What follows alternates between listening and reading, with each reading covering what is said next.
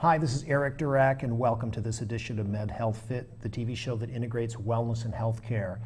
And tonight I have a very interesting aspect of healthcare, which is preventive medicine. And I am very pleased to have Mr. Dennis Downing, who is the CEO of Future Industrial Technologies here in Santa Barbara. And one of the divisions is called Backsafe. And that Backsafe is one of the big issues in the workforce here in America, is keeping people from getting Backsafe. Tell us a little bit as we get going. I'm going to ask you, the first big question is how you got the company started, but Yeah. give me some statistics on back injuries in the United States. Well, it's pandemic, as you know. Yeah. 80% of the population, they say, will experience a back injury in their lifetime. And it costs corporate America billions of dollars a year, in lost time, production, and medical costs, work comp costs. Yeah. And so now I'm leading into the first question. You started Future Industrial FIT, Future Industrial Technologies, Backsafe, about 20 some years ago, right? 1992. 1992. Yeah. And you did it because you saw this pandemic, or just the issue here in California, and said, I think that we can do something about that. So tell us how the company blossomed and the divisions and kind of what you've been doing in terms of trying to help companies prevent these types of injuries from happening. Yeah, good. I have a little background in workers' comp, right? So in the late 80s, early 90s, I got introduced to workers' comp managed care. Mm-hmm. And the most expensive injury were back injuries. So we would go into companies and interview and try to help them, and there was almost a hopelessness about preventing back injuries. And you said this is like late 80s, early 90s? Yeah, late 80s, early 90s, yeah. And also workers' comp, it seemed to me that it was a treadmill. There were no end in sight, right? So companies were pretty frustrated. Matter of fact, a major grocery chain, I was interviewing the risk manager, and I said, well, have you tried to prevent some of these back and shoulder claims, in the distribution center? And he said, every time we train people, injuries go up. And really? I shook my head and I was thinking, geez, if we can train a 12-year-old girl to do a backflip on a balance beam. On a balance beam, right? Right? We should be able to teach someone how to box, right? That was just a wild guess. Mm-hmm. But I didn't really enjoy the endlessness of workers' comp and the fact that companies couldn't do anything about it. Yeah, they couldn't, no matter what they did, they couldn't stop back injuries. Well, it's interesting you say the late 80s, because I remember reading some things in the sports medicine literature about back injuries, and then I remember reading, I think in the San Jose newspaper or the Sacramento Bee or something, about the LA work comp clinics, which were the work comp mills, where they'd have these people come in, they'd feed them a bunch of medicine, they'd do an intake form, the guy would leave out the back door, and then they would charge thousands of dollars for treatment that they never really did. So workers' comp, I think when you got into the system, it had some issues. Well, it did, and it still does. Fraud is rampant, Really? Still? Yeah, and there's certain states that are more so than others, but they've clamped down on it. But what happens is that when the government comes up with new laws, there's always people coming around that outsmart it, right? Mm-hmm. And way to make more money on it, you see? And most people, they have legitimate issues. They don't want to be in pain. Companies don't want injuries. Unions don't want injuries. So as I kind of navigated workers' comp, I wanted to help companies be more proactive. Mm-hmm. I wanted to give them an answer, you see. So my father had a bad back when he was a kid, and I remember from that perspective as a little kid, him coming home from work and the actual worry or fear in my mother's eyes, you see. So not only did it impact the worker, it impacted the family. Mm-hmm. And so here we are with just billions of dollars across the country in workers' comp, driven by back injuries and shoulder injuries. And I was just, in my own life, I am not very reactive. I like to stay healthy. Right. Right? I like to do things to prevent problems, yeah? And so the existing solutions to prevent back injuries weren't there. Matter of fact, there was so much money being made on back injuries and claims and insurance premiums that there was not a whole lot of attempts to prevent it. If I can, upset the apple cart, right? You know, a gravy train, right? Yeah, it's tremendous. Yeah, billions, like you said, billions of dollars. Yeah, so. billions. Yeah. So you developed a company, and one of the things you said to yourself is, I'd like to have a nationwide presence. So you actually have an educational component for people who you call injury prevention specialists, but you train physical therapists and trainers and coaches and such to actually deliver your program to companies. So explain a little bit about how that works from sort of the education component. Well, it was an interesting evolution, right? So went out and associated with some very bright minds, economists, doctors, and people that really knew the science of anatomy, biomechanics, stretching, etc. Because my background is business, right? And so I had to put together a program that worked, right? So how can we change how people work to prevent these catastrophic, expensive, life-changing injuries? And so there was a lot of research that went into this, right? So if a problem persists, you haven't discovered the right cause, right? So you have a leaky roof, you patch it up, and it still leaks. You didn't quite get the cause, you see?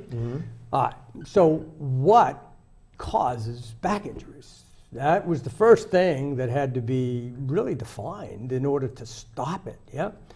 And so if you look in our society and you look at mothers lifting babies, you look at kids lifting backpacks, in any worker, any place, you will see people have never, and this is one of mankind's biggest oversights, in my opinion, not to be grandiose about it, but we as a society have never been taught how to use our bodies. No, that's one of the reasons why you're on the show, is because you have a philosophy that sort of mirrors my own. And I used to teach women's strength training back in the 80s, and I would notice that they would all come in with a backpack. Back in the 80s, everyone had a backpack, and they always put it on one shoulder.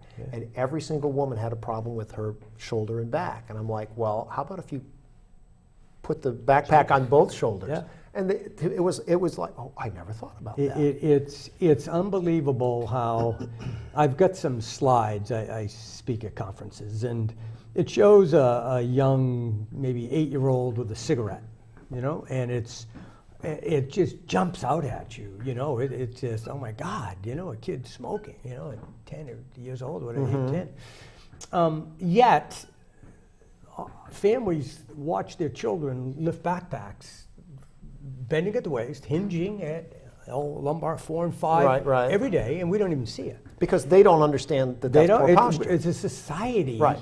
We don't get trained. We have no idea. So what happens? So if I am using my body incorrectly, unknowingly, and I'm bending and I'm twisting and I'm reaching and I'm doing all sorts of things that are creating what's called micro trauma. Little micro trauma, no big deal, right? But little micro trauma over time, now you get to be 42, right? Or 35 or 60, whatever, and brushing your teeth and your back goes out, or you sneeze, or geez, doc, I've been doing this my whole life and never had a problem, and my back went out. Pick up the dog. Right. At one time. Right. Yeah. One time, right? So it had nothing really to do with the dog that one time, right? Most of the time. Most of these injuries, cumulative micro trauma adds up in the body. And then you have the straw that breaks the camel's back. Most back claims aren't the acute injury event, like a car accident or falling off a ladder. It's a series of innocent stresses in life, Right. adding up on the shoulder or the back, you know, doing the same thing over and over again, or just life, gardening, whatever.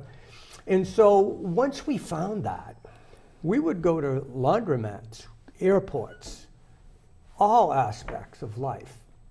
And we would just see people, and it's almost a curse, because you can't go anywhere and not want to help somebody, you know, just trying to, geez, if you do it this way, you see? So, all right, we found that. Great. Micro trauma, now what do we do, right? How do we put together a curriculum that isn't just selling information, handing out videos, right? Because the programs that we audited to look at that weren't working were academically based, right? Right. They were theoretic, they were theory, you see? Right. Videos on how to do this and that, and then you expect people to walk out of a training after watching a video about how to lift a bend and immediately assimilate it into your life. Didn't happen. So we had to then take this science of biomechanics, ergonomics, and stretching. We had to then put it in a format that was real, that created realizations. So we're training, say, 15 truck drivers or warehouse workers or cops or firefighters or nurses or whatever we're training. There's 15 strangers that walked into that room that didn't pay to get there. Their company asked them to come into the training. So they walk in thinking, okay, this is going to be a waste of our time. You might have attitude, you might have issues with employee, employer, or union, whatever it happens to be. So it's our task, because we tell the company, we can help you to reduce these claims, workers' comp, by reducing these injuries. The purpose is to help people. So we have X amount of time, 2 hours, to deliver a training that's meaningful to 15 to 20 people at a time that creates realizations. Without realizations in a training like, oh my God, I didn't know that did that. I'm going to change how I do that. Or that makes a lot of sense. No wonder. Without those, you have no residual impact. You have no longevity to that education. Well, let me ask you a question, and I'm going to take 2 examples. Please. Okay. We have a program at the university on safe driving, because they wanted to reduce some of their liability claims. And we had a guy that came in to teach our department, and he spent 26 years as a truck driver. Wow. Drove from California to North Carolina and back every week, almost every week, for 26 years. He drove for 4 million miles. So he's a truck driver. So there's some inherent issues in sitting in the cab of a truck all day. Yes. Versus a woman who is a nurse, who has to lift a patient from a gurney. Except now they have lift teams and all these kinds of things. But so if you have a woman who's a nurse, and you have a gentleman who's a truck driver, or a woman who's a truck driver, but someone who spends all day in a cab, like Uber driver, a Lyft driver, a truck driver, whatever it is. And how do you create that realization for the nurse, the man or the woman who's the nurse, who has to do, they're on their feet, et cetera, versus someone who's sitting all day long? Yeah. How can you? Well, it's a great question, because if the training isn't customized for the people we're training, they won't be buying. So you'll give a little dash to the truck driver, and you'll give a couple little things for the nursing people. Well, we'll study the truck driver. Are they unloading and loading the truck? Are they just driving? Fifth wheel, different things. Nursing. We'll find out, do they use equipment there, or patient handling equipment? Most of the time they have it, but they don't use it. Right. We'll customize the training for them. So with a truck driver, it's really kind of funny, right? So when you sit, like right now I'm sitting, right? My hamstrings are shortening, right? Because my legs aren't straight. They're right, boom, so that hamstring is shortening. So they're sitting there with their hamstring short, and then they also have muscles, not to get too technical, in the front of their body, right, that are also contracted, and they're sitting there. Now, they do it for a living. Those hamstrings are going to shorten over time, and they're not going to be flexible, and that will affect the low back. you see? So they're sitting. Also, if you sit incorrectly, I happen to be sitting with my rear end all the way to the back, right? Because if I don't, if I'm forward just a little bit, it'll allow me to slouch. Right. You see? And we have 3 curves. In the lumbar curve, there's discs in there. We want to maintain that curve so the discs stay in place. Right now, my discs are kind of pushed out a little bit. So the proper way for a truck driver, not all the time, but to sit deep in the seat to prevent that slouching. Yeah. But you're sitting. So sitting isn't the best activity. Your body wants to move. It likes motion. Right. So what we do with drivers is not only teaching them how to lift and bend and pull, how to get in the vehicle and things of that nature, but how about what can we do to get those hamstrings back to a normal length? So we have stretches for hamstrings, stretches for low back, stretches for hands, stretches for the neck. So it interrupts that. And you actually have a sustained specific name for your stretching program, right? Yeah, it's just the Backsafe 3-minute workout. Right, Yeah, but is Bionomics, is that part of Backsafe or okay. vice versa? Well, hey, yeah, that's a good point. Bionomics is a term that we had to create because here we are in the early 90s and there isn't a solution. And this is really hard to believe, but there's no solution to back injuries. There weren't any. So what we had to do is we had Besides to drugs and surgery. create, yeah, which is, hey, it's $1 trillion healthcare business, right? But we have to prevent that. So what we did is we created a curriculum, a training methodology that went with that got employees to understand how the body worked. And we also discovered this, and this is really important, Eric. In order to learn a physical activity, like lifting, bending, pulling, driving, whatever it happens to be, you have to do it, right, to learn it. So if I was going to teach you how to swim, we'd have to have some water. We couldn't just run a video, right? Ride a bike, you have to have a bike. So what was going on in corporate America, they were trying to train with videos, but there was no physical kinesthetic, oh my God, that's how it feels. There's not a box to lift in the training. That's right. Okay. Yeah. Right? Or a truck to get into, or a hose to pull, or a patient to get up off a wheelchair, right? So we wanted to create those realizations. So if you gave them theory, hey, this is what to do, here's a rule, right? Don't twist, it's just something like that, right? Well, great, I got it. Now we've set up an obstacle course for you. We have mirrored your job description right over here in the corner of this warehouse or whatever it happens to be, or nursing area. And we want you to actually perform some of your job tasks here, right? And we're going to coach you on how to apply the Backsafe Code of Conduct. 3 rules of how to use your body in life.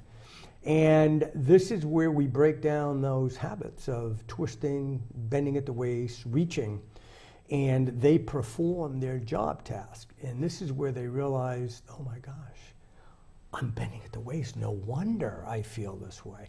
No wonder my brother had a bad back. He doesn't know this. So you take them through this physical component, and this is where the realizations occur. Then you take them through stretches. Now, a lot of times people have never really been taught how to stretch, right? And they haven't done a whole lot of exercise, some people. They might be really deconditioned.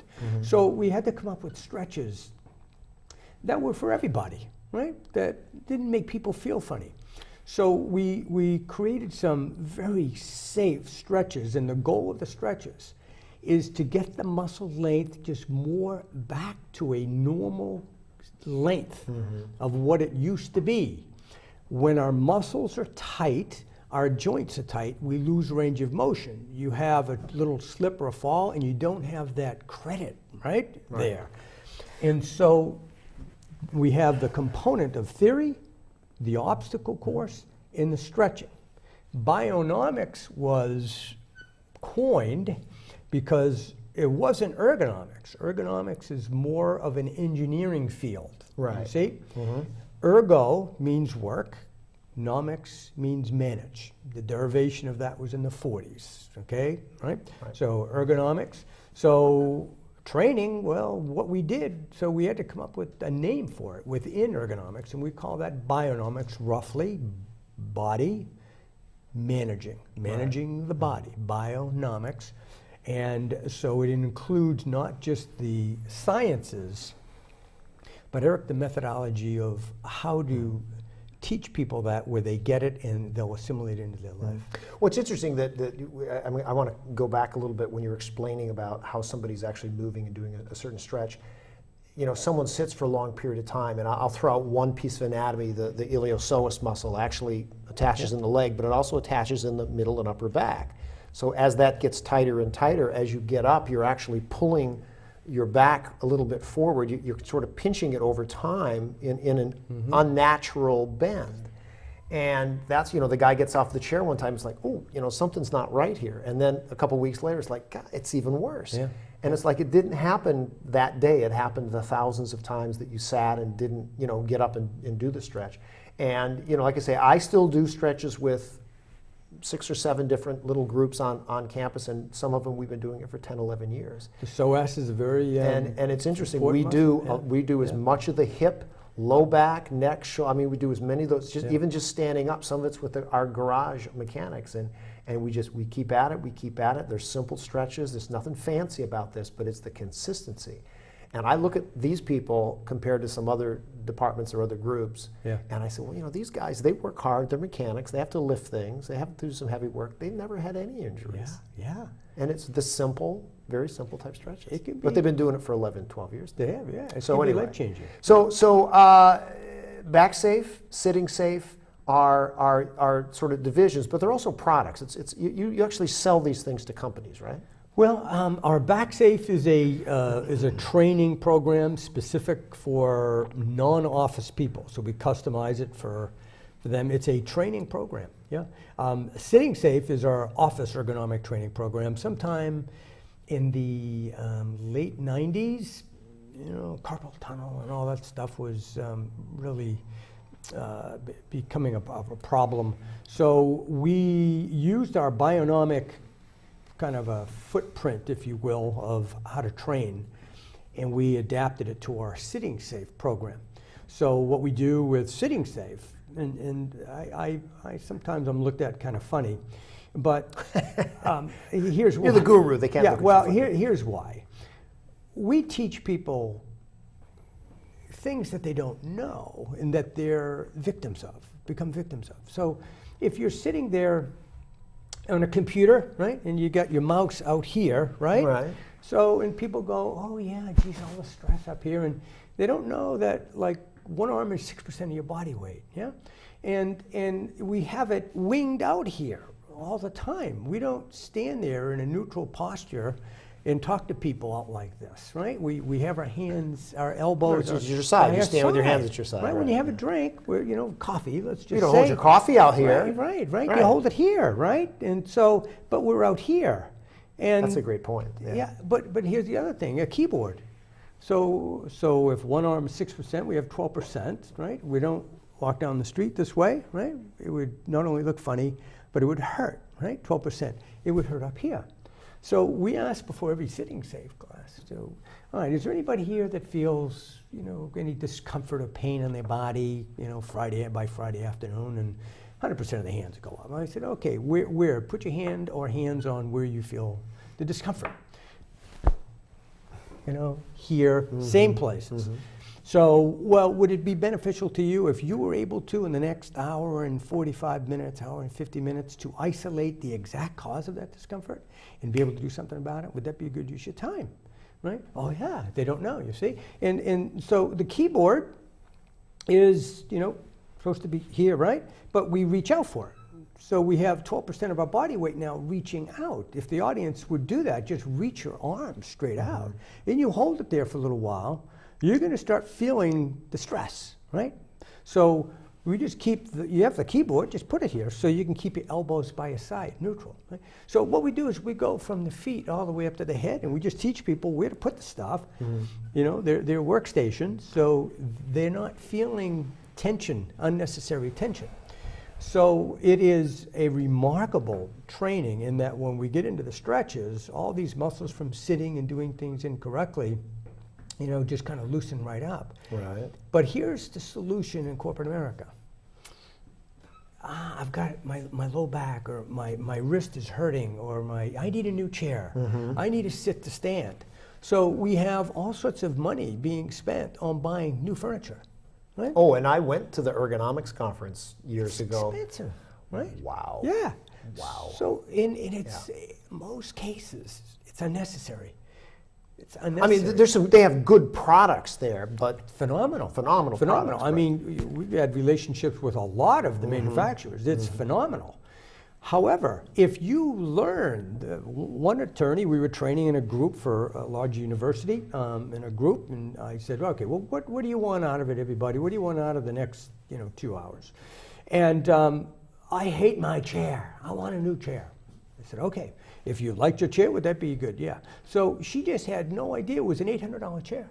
She had no idea what the knobs did, where to position. She was a tall woman, where to position her body. Right? So by the time we got done, she was set up perfect. She knew how to set it up, where to put stuff, and at the end she goes, I love my chair. You see? So there's just so much we can do if we just had some knowledge. Right. It's And that leads me into my probably might be my last question here is on your website you talk about changing behaviors. Yeah. So you talked about the stretching the body awareness. You talked about some of the ergonomic and just changing someone's simple changes. But you also have to change the mindset. Yeah. Explain a little bit about that. It's pretty simple. So let's say there's a scale of pain at the bottom of one end and pleasure at the other end. Okay. Most people, sane people, are going to be wanting to be up on that pleasure, right? Right. So people don't want to be in pain. So we have that going for us. So we have people that they're not hurt maybe, but they're not feeling too good, right? Something's going on with their musculoskeletal system, right? There's a little discomfort, low back, whatever it happens to be. So all we have to do is just teach them stuff that they should have known a long time ago in ways that they can use it right away, that makes sense to them. Okay. And then you add the stretches and the pain is mitigated, goes away, or it's lessened, or it just feels really good. And now they have learned how they can manage their own health. Okay. They will apply it. And I got to tell you that our 30 minutes just went by. Oh my gosh. How can people get a hold of you? Yeah. Backsafe.com? Yep, Dennis. Backsafe.com is the website, and then my email is dennis@backsafe.com. Oh, that's pretty easy.